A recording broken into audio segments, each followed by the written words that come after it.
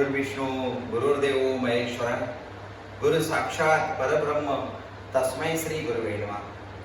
गुरु म्हणजेच ब्रह्मदेव, गुरु म्हणजेच भगवान विष्णू, गुरु म्हणजेच महेश्वर म्हणजेच महादेव. या त्रिमूर्ती जेव्हा एकत्रित आल्या तेव्हा दत्तप्रभूंचा आविष्कार झाला. दत्तप्रभू म्हणजे श्रीपाद श्रीवल्लभ, म्हणजे श्री नृसिंह सरस्वती, म्हणजे श्री स्वामी समर्थ महाराज.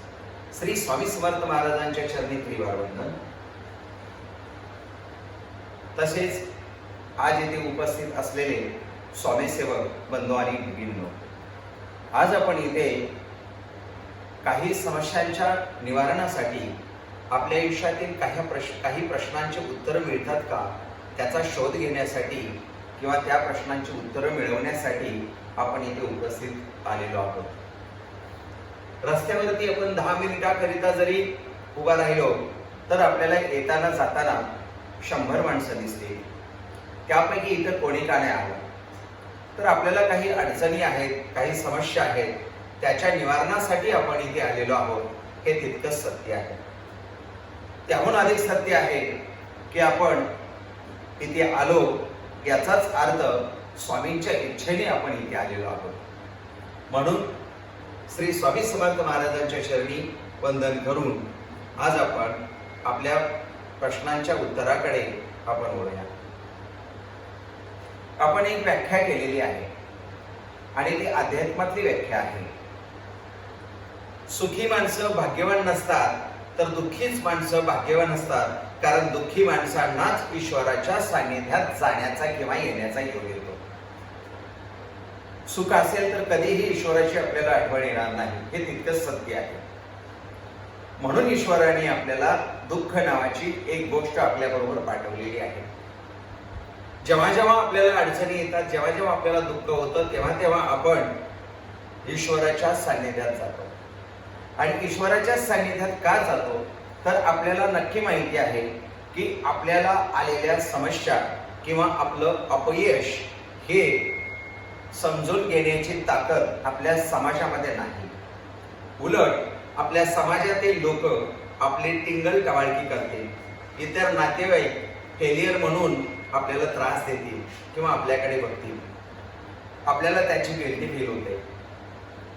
मग आपल्याला जेव्हा गिल्टी फील होते तेव्हा आपलं ऐकून घेणारा कोणी नसतो, किंवा आपण ज्याला समजावून सांगतोय की बाबा याच्यामुळे असं झालं, तरी घरचे लोक ऐकत नाही.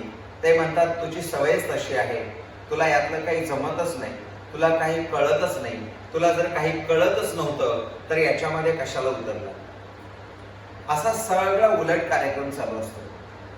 मुळतः आपल्याला अडचणी आलेल्या आहेत, आपण फेलियर झालेलो आहोत, आपण अपयशी झालेलो आहोत, तेव्हा आपल्याला खरी गरज आहे ती आपल्या जवळच्या व्यक्तीने आपल्याला सपोर्ट करायची.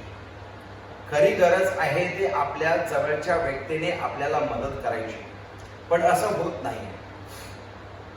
असं न होता उलट आपले नातेवाईक आपल्याला त्रास द्यायला आणि उलट पक्षीय शब्द बोलायला सुरुवात करतात. त्यामुळे आपल्या समोर एकमेव रस्ता राहतो आणि तो म्हणजे कोणत्याही मंदिरात जाऊन ईश्वराच्या दगडाच्या मूर्तीसमोर जाऊन बसण्याचा एकमेव रस्ता राहतो. मग आपण तसं करतो सुद्धा.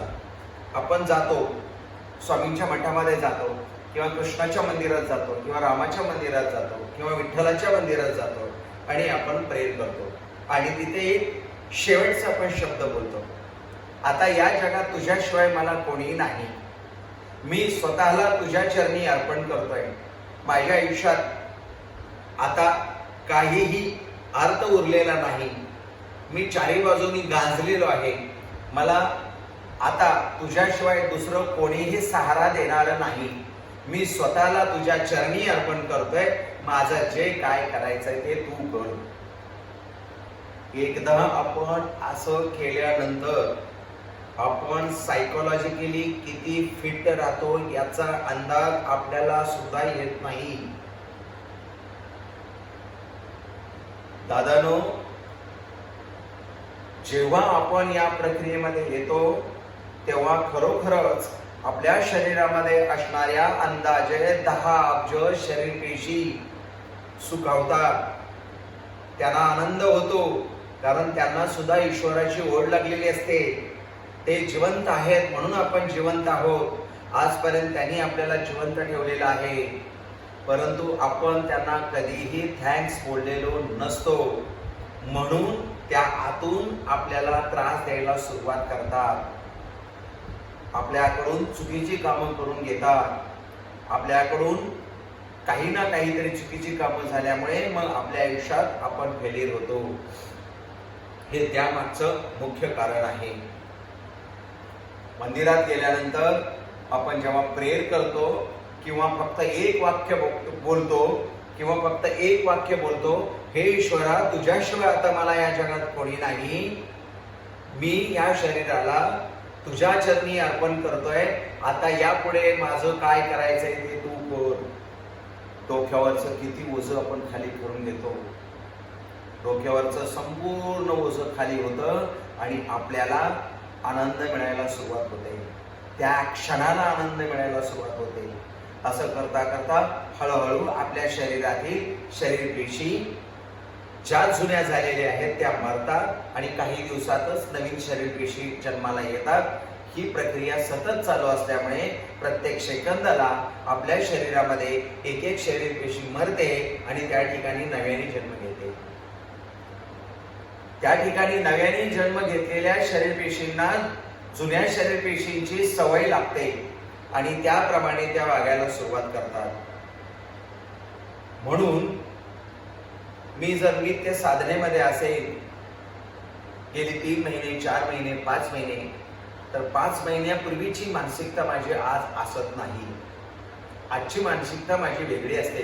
का असते? तर माझ्या शरीरातील त्यावेळेच्या शरीरपेशी आता नाही.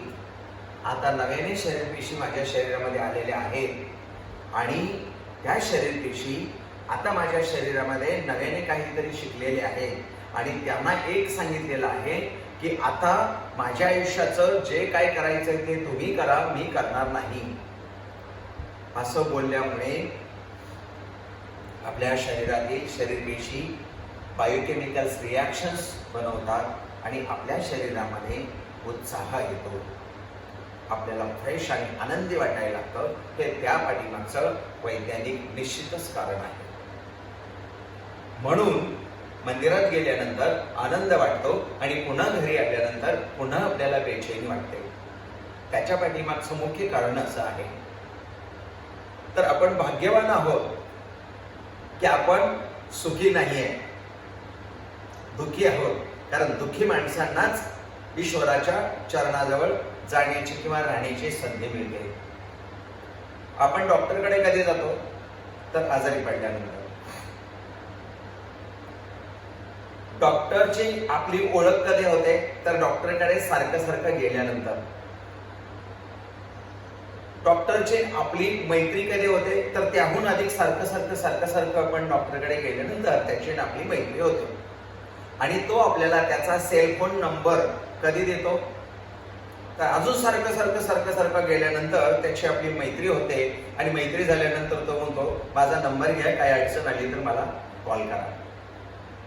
अशाच पद्धतीने आपण सारखं ईश्वराकडे गेल्यानंतर, आपण सारखं मंदिराकडे गेल्यानंतर, आपण सारखं स्वामी महाराजांकडे गेल्यानंतर स्वामी महाराजांची आपली प्रथम ओळख होते, त्याच्यानंतर मैत्री होते, त्याच्यानंतर आपण त्यांच्या चरणी लीन व्हायला सुरुवात होतो आणि हळूहळू ते आपल्याला साधना नावाचं एक यंत्र देतात. ते आपल्याजवळ असतं आणि आपण उपासनेद्वारे आपण त्यांच्यापर्यंत आपला संदेश पोहोचवतो आणि कोणत्याही अडचणीला फेस करण्याचं सामर्थ्य स्वामी महाराज आपल्याला स्वतः आपल्याबरोबर राहून आपल्याला मदत करतात.